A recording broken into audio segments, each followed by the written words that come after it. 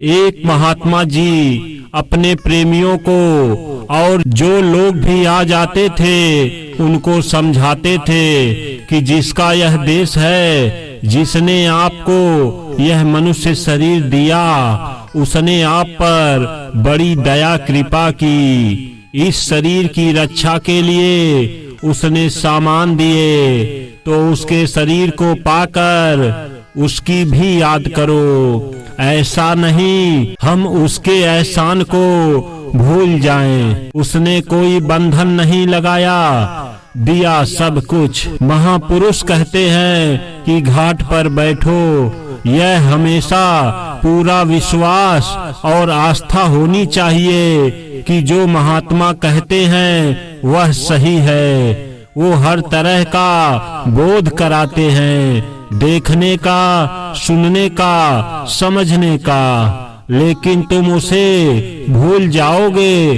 तो वह सब देख रहा है कि तुम उसके देश में गड़बड़ी पैदा करते हो। उसी के देश से निकलकर तुमको जाना है। वह तुमको रोकेगा, खड़ा करेगा और कहे जो कुछ किया है वह इधर लाओ। वह तुम पर नाराज होगा। इसलिए साधुओं, आप भी महापुरुषों को साथ रखो, उन पर विश्वास रखो। साथ रखोगे तो धोखा नहीं खाओगे। वह संतों के पीछे पीछे घूमता रहता है। आप अपनी मर्जी से सब कुछ कर रहे हो तो धोखा खा जाओगे। वो महापुरुष तो यह सिखाते नहीं हैं कि तुम गलत काम करो, पर अब तुम गिर गए, यहाँ फंस गए तो वह क्या करेगा। आप अपनी इच्छा से गिर गए। प्रेमी प्रेमी लड़ जाते हैं, वह कपट का प्रेमी है, बनावटी प्रेमी है। इस बात की परख होनी चाहिए कि कौन सच्चा प्रेमी है। इसी तरह से परिवार में, समाज में, बिरादरी में सच्चा प्रेम रखो। कपट करोगे तो धोखा खा जाओगे। कई लोग हमसे शिकायत करते हैं कि फला ने हमारा 1 लाख ले लिया, 50,000 ले लिया, अब नहीं दे रहा है। कहता है कि मांगोगे तो जान से मार दूंगा। अब रोते हो और कहते हो कि मैंने विश्वास पर दिया।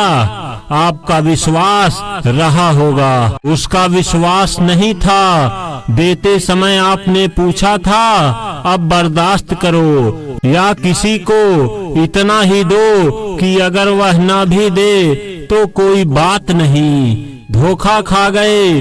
भजन सुमिरन ध्यान से मन गिर गया, उधर उलझ गया। होशियार रहो, तुमको समझाया जाता है कि यह जगत ठग है, तो तुम्हें होशियार रहना चाहिए।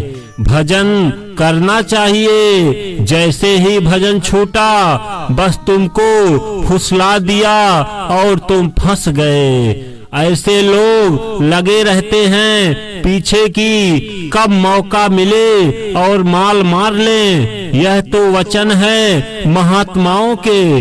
पूजा पाठ करो, लेकिन जब उधर आओगे तो निज घाट पर, इंद्रियों के घाट पर सूरत की आंख तो है नहीं, यह तो 2 आंखें बाहर देखती हैं। जय गुरुदेव।